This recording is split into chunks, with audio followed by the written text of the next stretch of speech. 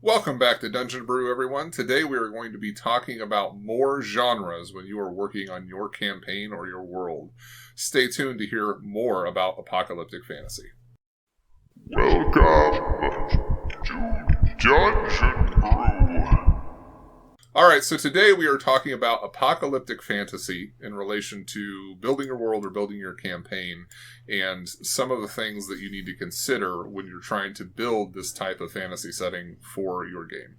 Joshua, do you want to get us started with a little bit about what we're talking about when we say apocalyptic fantasy?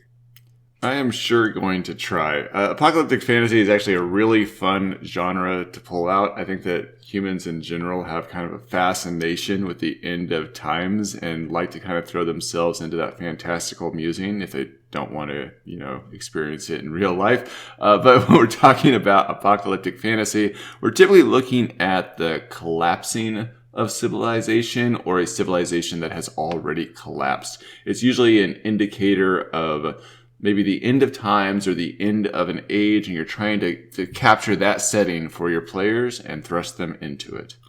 Yeah, this is one that I'm very fascinated by. I've done some work on world building in the past in order to do this. Even started a couple of games, but we just didn't end up having one of those actually finish out. But I love the idea of apocalyptic fantasy. So when we're talking about this, I know that we see a lot of this in media, probably with like modern type stuff, because honestly, it's a relatively modern concept. The end of the world. The end of the world, at least in modern fiction, has only been around for a couple of hundred years. I know that there's a lot of historical examples, Noah's flood, the Epic of Gilgamesh. These are definitely ones that take us way farther back. But in terms of a fantasy setting, how do we kind of rest, or how do we orient the coming of the apocalypse in such a setting? That's such a loaded question. I know. I'm sorry. I'm like sitting here going, is apocalyptic like fantasy like a modern concept? Like humans, as far as recorded history, I think have talked about the end of the world apocalyptic ideas in some way, but in the full scope of how long humans have been on the planet, I don't know the answer to that because we don't have a record of it. You kind of get like natural disasters, like Noah's flood is the thing, which is kind of a Gilgamesh thing as well. In modern times, we talk a lot about climate change, which is still kind of like the flood, but there's the natural disaster stuff there, but especially now we get like tech disasters, so it's like AI takes over the world or anything like that. So in a fantasy setting, what are options there that are not necessarily natural disasters? Because I think that those are kind of well covered. How do we get creative with that? Oh, so you're asking like in what ways do we introduce an apocalyptic world outside of maybe some of the natural disasters and things like that within the fantasy world. Yeah, so looking at the cause of the apocalypse, I think when you're creating a fantasy world as a DM, you do have to be creative with it. I mean, we've seen things, of course, in media about, a rise of monsters, of zombies, maybe demons coming in, maybe some intervention of a god or a demigod or something like that might be coming into the world of humans or within whoever your race is within your fantasy world and bringing about the end of the world or an apocalyptic like setting. Mm-hmm. So I think there's ways that you can introduce outside entities, looking at the cosmos, looking at monsters rising up or creatures or some sort of enemy, maybe even aliens if you're doing like a futuristic apocalyptic fantasy within your game setting, but some sort of outside entity that is bringing havoc into your world for your players or already has. There might also be an imbalance of maybe elements. Maybe magic is considered a natural disaster if there's a unbalance of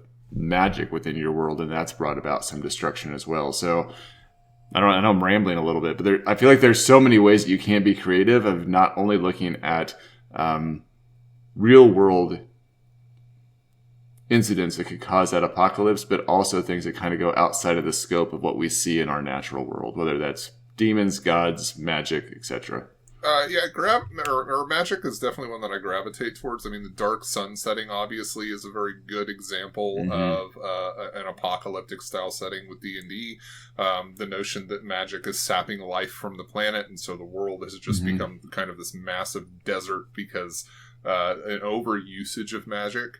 One of the setting ideas that I had come up with that we had worked on before was the idea of almost like a nuclear disaster style situation, or a nuclear bomb type thing, but it's magical, so you end up with a magical fallout, and you can just kind of let your minds run wild on what that happened, or what happens with that. Yeah, there really are a variety of ways to try and get that. Magic definitely makes sense for me in a fantasy setting, but like you said, it could be gods, demons, devils, any number of things that are invading and destroying the world. And don't ignore mundane things, just like pandemics and plagues, which, is something that is definitely on the mind. But if you think about maybe the medieval world during the Black Plague and how they saw the world around them, where people were just dying constantly and they thought the end of the world was coming. And I'll be honest, this sounds silly, but I'm a little vanilla sometimes when it comes into questions like this too. Like you mentioned mundane things. I like to really play with like the scope of power and humans and their abuse of that, and how their own ambitions lead to absolute destruction. So I like having things like just a human man who was intent on ruling a lot, and in the course of doing that brought about an apocalypse. Like I like playing with those themes, so it doesn't have to be big and huge and outside of like the scope of what is realistic in our world, and letting that kind of lead into this apocalyptic setting for my players. So maybe they think it's gods, maybe they think it's magic, maybe they think it's demons, but it was just an ambitious man that did more than he should have that brought about the destruction of humanity. Yeah, and then you also have the option, especially in fantasy settings, of like that one the people, the race, the whatever, that were basically propping up civilization, and for whatever reason they die off or they leave, and then civilization is left without that crutch. So kind of in a Tolkien verse, you would have something like the elves who are propping up all of the world with their culture and with their ability to produce, and then when they leave, it's like there's this void that's left, and what happens there. You can end up with the same thing in medieval Europe, or not medieval Europe, within Europe, with the collapse of the Roman Empire. When it goes away, suddenly it's like there's this void, and there's kind of this chaos that ensues for a period of time as people are grabbing for power, and they're trying to control bits and pieces of whatever they can. It's just kind of all-out war, and again, it's the sensation of society collapsing because of this loss of something that had before. We're well into the video. We haven't even gotten past what caused the apocalypse. So it's a fun thing, and it's a good starting point if you're a DM. Yeah, and to be honest, you don't even have to answer that question necessarily to throw your players into the midst of a world that is experiencing an apocalypse. Yeah. So let's go on to the next thing then. So you've established whatever the cause of the apocalypse is, right? So what is the world state, or what is the time in which you are setting your world or setting your campaign? What is the world state type situation? So what are some of the options, I guess, when you're going to build your campaign, build your world, and set your PCs in place, and what are some considerations for that? So when I'm thinking about not only the time after the apocalypse, but the state of the world, you and I had done the world building series and talked about a lot of different elements that I think that the DM, the game master, really has to consider when they're creating this environment for their players. I mean, in our last video, we were talking about the importance of storytelling, which I think has a part to play in this. That you have story elements, world building elements that really have to be considered when you're creating this. One is the geography. I mean, if you were talking about natural disasters or even a magic imbalance that created this apocalypse, geography is going to play a huge part in how you present that. Is it an endless desert? Is it corrupted terrain or some sort of blight that the characters have to go through? Is there wild magic that is occurring in different areas because of this imbalance of the natural state of the world, trying to find some sort of homeostasis again for the world to function? Looking at how population centers have been, or population across the world has been impacted. Looking at how the culture has developed around that apocalypse based on how much time has passed and how much knowledge has been forgotten. Looking at what new technology has been developed, or what technology was lost as a result of the apocalypse and what caused that. I can keep going. We got religion, we got city life, we have economy, we have politics. Well, there's so many things that impact this. Go ahead. I was going to say, that's the struggle, though, is because kind of what you're doing is you're building a world and then you have to destroy it. And it's a little, it's almost easier to do that, to be perfectly honest, I feel like, than it is to start with your apocalypse and then try and build backwards into what the world state was before the apocalypse. You know, it's easier to have a pool of water and throw a stone and see the ripples than it is to throw a stone into an empty bucket and then add water and try and figure out what that's supposed to look like. It doesn't really work in reverse very well. I like the talk about geography. I like the talk about population centers. Invariably, with a post-apocalyptic setting, there should be some kind of sense that geography, that different spaces have some kind of darkness to them. They should be inimical. There should be some kind of dread for the players approaching them. And that could be Walking Dead style or bubonic plague style, where it's like you avoid the cities because the cities are dangerous, but that's where supplies are. Or it could be a situation where it's like the Postman or the Book of Eli, where it's like the areas between the cities are dangerous. They're deserts. They're deadly. If you're walking out there, then you have no support. You have no food. You have no water. You have to go to a population center in order to get those things. So you can kind of play with those either way, or maybe do a combination of both if you really want to make your players hate you. But so Waterworld is kind of that way. It's dangerous on the water. And well, there's no off the it's water. Dangerous outside. But the point is that the geography is a really big theme, or the locations are a really big theme when it comes into post-apocalyptic type setting. All right, so now that we've talked a little bit about geography and that type of thing, let's talk a little bit more about the state of the world, then, Joshua. Yeah, so apocalyptic worlds are always interesting because they kind of fall on this range between dystopia and utopia on how exactly the civilians, the citizens of the world have responded to whatever that apocalyptic event was. Sometimes it's this really dark, heavy world where everything is, everybody's on their own. I'm thinking of things like Fallout 4, where they're barely trying to survive. Or you have a new law, a new order put into place, a new way of handling things and responding to things, like a Brave New World, where there's an entire different response to that. And so I think for the DM, the game master, they have to decide how they want their citizens to respond to that apocalyptic event, and whether or not they're leaning more towards a dystopian universe or a utopian universe. Right, and I think some of that probably has to do with like how long after the apocalypse this is occurring, right? Because if we're capturing the immediate aftermath, so the apocalypse occurred and it's day 2, or day 1 after the apocalypse, the world is in just chaos, or it should be.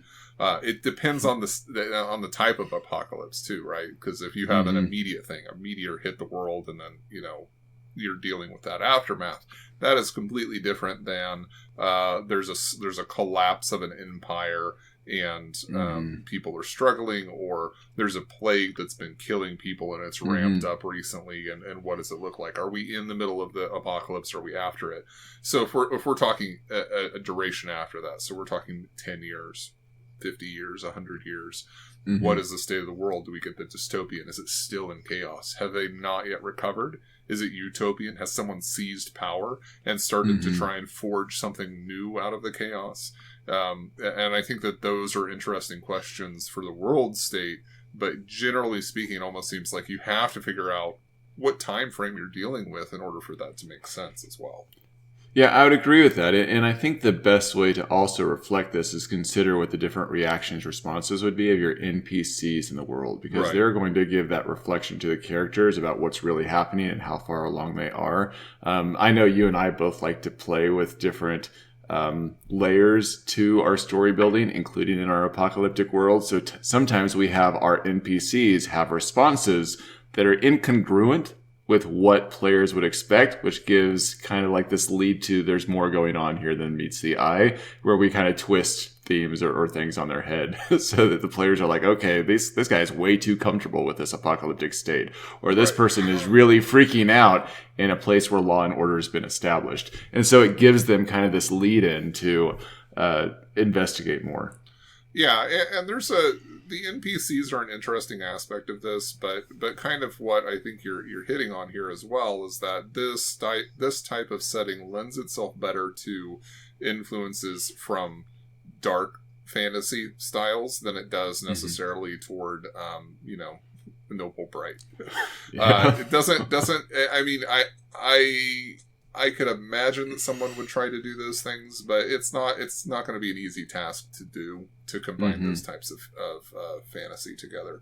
But NPCs are an interesting aspect of this in terms of how they react to the world. You'll have kind of clusters of people who are like, oh, laws are gone, there's nobody watching, we can do whatever we want. We're not going to be hunted down by the king's guard for breaking the law because the world is in chaos. And so you get that sense of evil men doing evil things because they think that they can.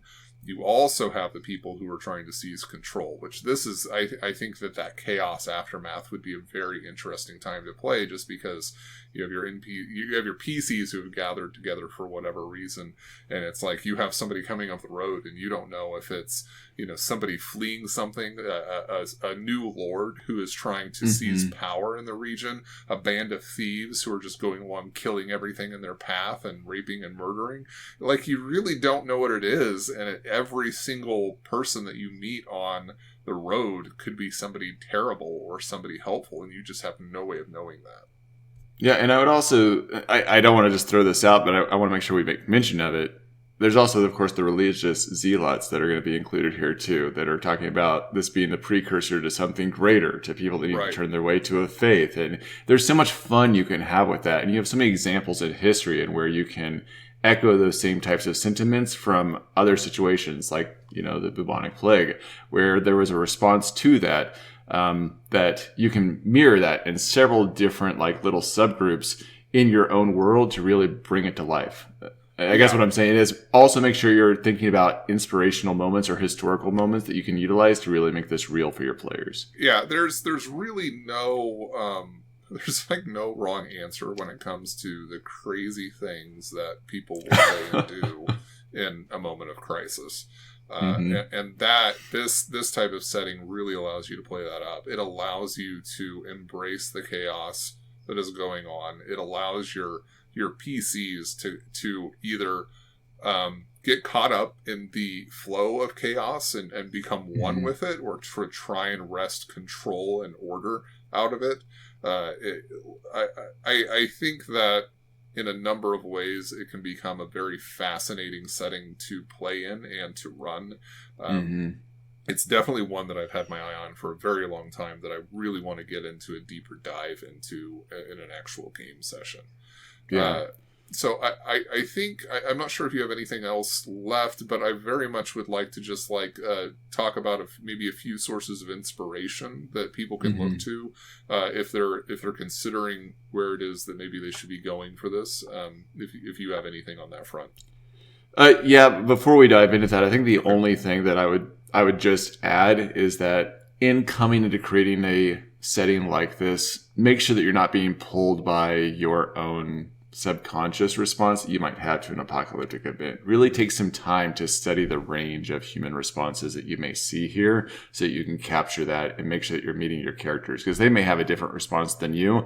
And so you are going to want to have different responses from your NPCs to kind of, don't pigeonhole them, essentially. Show them all the different responses so they can feel connected to that world. Because as you said, humans will respond in wildly different ways to apocalyptic events, and you want to make sure you capture that or mirror that in many different ways. Having reaction charts, I think honestly would be very helpful in this type of setting. Oh, that's a good idea. Yeah. You need to build that next. I've got them. Oh, you need to put that on the Patreon. Use reaction charts. So a couple of things that you guys probably should look at. Obviously, there's a bunch of new material that is easily accessible. Recent movies like Zombie Apocalypse, TV shows, movies, all of those types of things. themes are great to pull from there. Ideas for interactions or states of the world and that type of thing are great there. We also mentioned a couple of historical examples going back to biblical accounts. I think Sodom and Gomorrah is a good one. Epic of Gilgamesh. I was conflating things. But there's really no wrong answer. And then there's a few D&D settings. If you want to look at Dragonlance for after the Cataclysm specifically is a very good time to look at. You can look at Greyhawk for a very long look at what's going on for later on in that setting. You can look at... I'm trying to think if there was another one that I had on the tip of my tongue a moment ago. So you can go watch our Cast Down from Haven campaign that we ran, which falls within the apocalyptic realm, where we're having to fly on a skyship and go gather resources to keep our civilization alive while battling the gods that are coming back to just finish us off. Which is kind of a steampunk style, post-apocalyptic style fantasy. I guess I did run post-apocalyptic fantasy, man. I'll do some. And then the Deathgate cycle is a really good one too, because it's an apocalyptic setting that is some duration after the fact with a bunch of neat elements. There are so many sources to pull from when it comes to apocalyptic or post-apocalyptic fantasy settings, and other settings. I mean, you can go to literature for this. You can look at Percy Bysshe Shelley. You can look at Mary Shelley. You can look at what's his face. We've given you enough, and I'm already stretching my brain to try and come up with more examples. Yeah, you can use Google. Go Google it. You can Google. Google is an excellent option, but there are a ton of options. There are a ton of places that you can look for information to build out this type of setting, and it's one of the easier ones, I think, to find sources on if you're really interested in doing this type of thing.